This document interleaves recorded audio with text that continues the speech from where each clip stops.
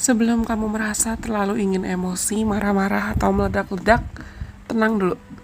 Karena akhir pekan ini, bahkan awal minggu depan, di tanggal 17 Juli 2023, ada satu fenomena penting yang aku rasa akan mengubah hidup banyak orang, yaitu New Moon in Cancer, bersamaan dengan North Node yang masuk ke Aries, dimana cairan pun masih di Aries. Lalu Sun dan Moon-nya akan opposite Pluto yang sedang retrograding di Capricorn, dan Mars akan opposite Saturn. Yang kena dampaknya juga bukan cuma teman-teman yang zodiaknya aku sebutkan seperti Capricorn, Aries, Libra, Pisces atau Cancer, tapi semuanya, semua orang kena, terlepas dari apapun sign kamu, rising sign kamu atau sun sign kamu. Tapi semua orang pasti akan kena dampaknya, tergantung apakah kamu punya placement sign tersebut di bercat kamu, dan ada sign tersebut di mana, ada di houses yang mana, ada di rumah keberapa di bercat kalian. Tapi anyways, kita coba bahas yuk dampak secara kolektif, dampak ke semua orang secara umum, secara general itu gimana. Yang pertama-tama, hati-hati jangan sampai luapan emosimu itu membuat kamu jadi ingin menyalahkan situasi, menyalahkan dirimu sendiri, menyalahkan realita, menyalahkan orang lain, atau bahkan menyalahkan Tuhan.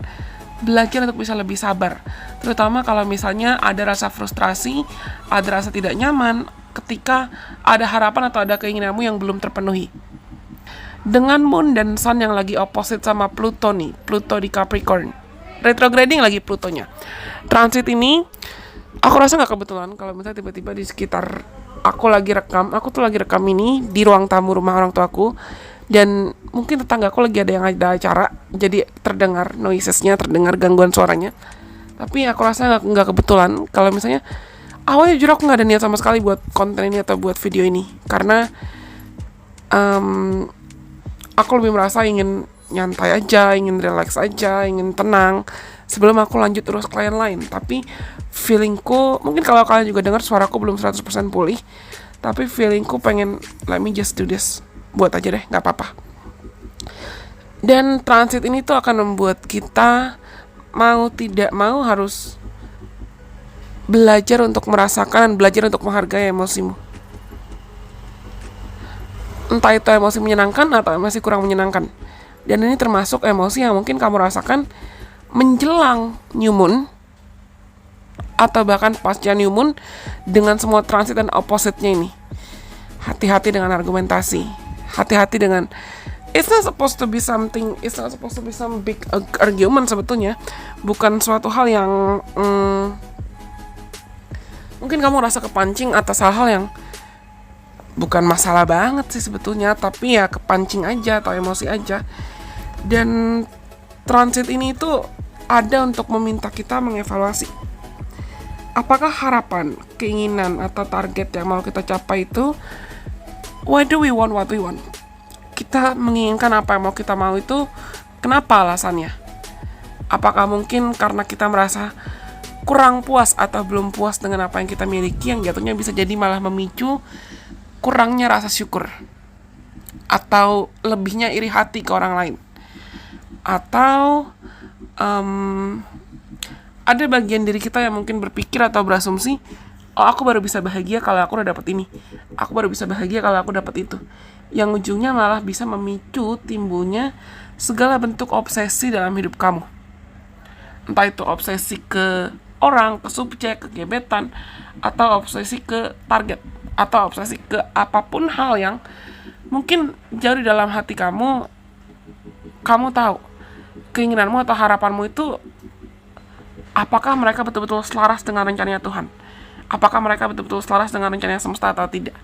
Karena dengan South Node yang mau pindah ke Libra nih, dalam 18 bulan ke depan, selama North Node pindah ke Aries, kita akan belajar banyak tentang pentingnya menjadi pribadi yang mandiri dan tidak memaksakan diri selalu mengikuti standar atau keinginan orang lain saja. Listen to your heart. Mungkin banyak orang akan lebih memperhatikan apa yang mereka konsumsi, apa yang mereka makan, apa yang mereka minum, apa yang mereka masukkan ke dalam tubuhnya, apa yang mereka dengar, energi kreatif atau ide-ide kreatif, intuisi. Perhatikan intuisi kamu. Dan sampai seperti aku bilang tadi, gunakan transit yang ada ini untuk kita get out of our minds, keluar dari pikiran-pikiran kita, keluar dari ketakutan kita, keluar dari kekhawatiran kita, dan luangkan lebih banyak waktu untuk, kalau kamu mau masuk hermit mode atau mau beristirahat, nggak apa-apa, silakan. Contohnya, aku habis buat konten ini, pasti aku akan istirahat lagi untuk betul-betul memulihkan suaraku. Refleksikan, coba lihat lagi dengan tenang. Sampai sekarang, di pertengahan tahun 2023 ini, seberapa jauh kamu sudah berproses? Seberapa jauh kamu sudah berjalan? Apa yang sudah berubah?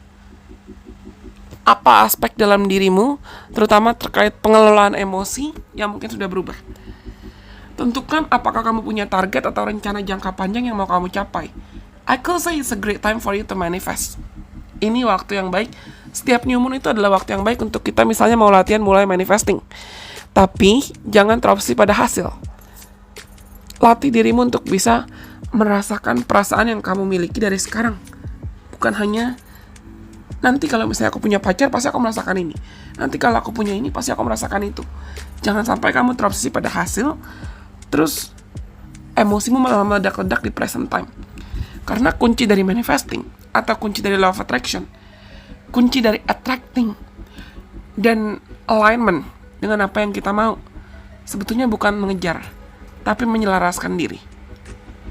Coba tanya dengan jujur ke dirimu sendiri. Apakah aku punya keinginan atau harapan yang aku betul-betul mau? Bagaimana perasaanku saat ini dalam prosesku memperjuangkan harapan itu? Apakah aku takut? Atau apakah aku yakin? Belajar untuk bisa lebih disiplin dalam proses ini, karena segala transit yang akan kita alami itu sebetulnya akan mengajarkan kita pentingnya untuk lebih beriman lagi dan lebih percaya pada, mungkin akan terkesan klise, tapi percaya pada the higher power, the super power, percaya pada iman. Kenapa? Karena Neptune dan Saturn lagi retrograding di Pisces.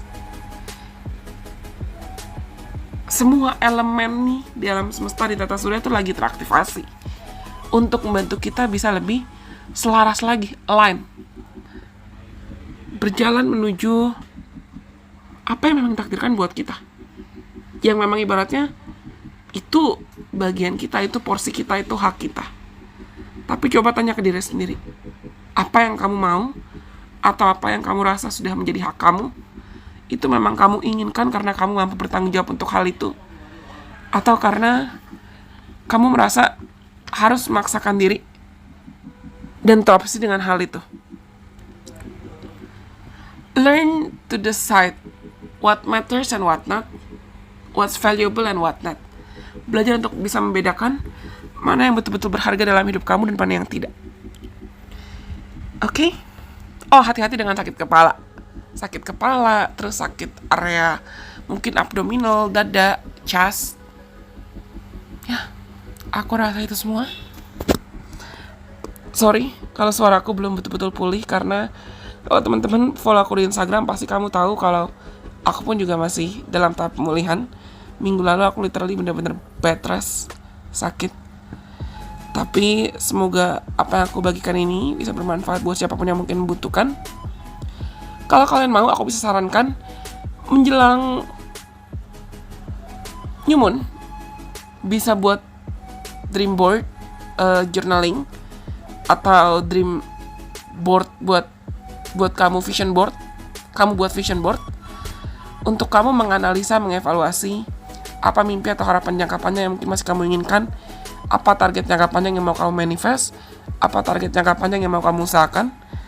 Dan kamu bersedia mengusahakan itu dengan tulus, pakai hati. Gunakan transit yang ada ini untuk kamu bertanya ke dirimu sendiri, harapan apa yang sebetulnya aku betul-betul siap untuk aku usahakan pakai hati dengan tulus. Belajar untuk bisa lebih jujur sama dirimu sendiri, dan belajar untuk mencintai dirimu sendiri dalam prosesmu.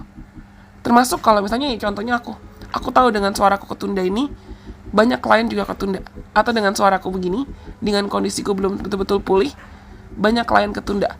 banyak rencana, banyak target buat konten juga ketunda. Tapi aku juga belajar untuk menghargai prosesku, dimana kondisiku yang belum sebetulnya 100% pulih ini adalah caranya Tuhan, caranya semesta untuk mengingatkan aku pentingnya istirahat atau rekalibrasi. Susun ulang rencana dan target jangka panjangku gimana. Belajar untuk jatuh cinta dalam prosesmu. Belajar untuk jatuh cinta dalam hidupmu sendiri. Oke, aku rasa ini semua. Semoga pesan ini terkait New Moon and Cancer dan perpindahan North Node, South Node, aka Nodal Shoes, bisa bermanfaat buat siapapun yang membutuhkan nantinya. Sampai kita bertemu lagi dengan kesempatan. Bye-bye. God bless. I love you guys so much.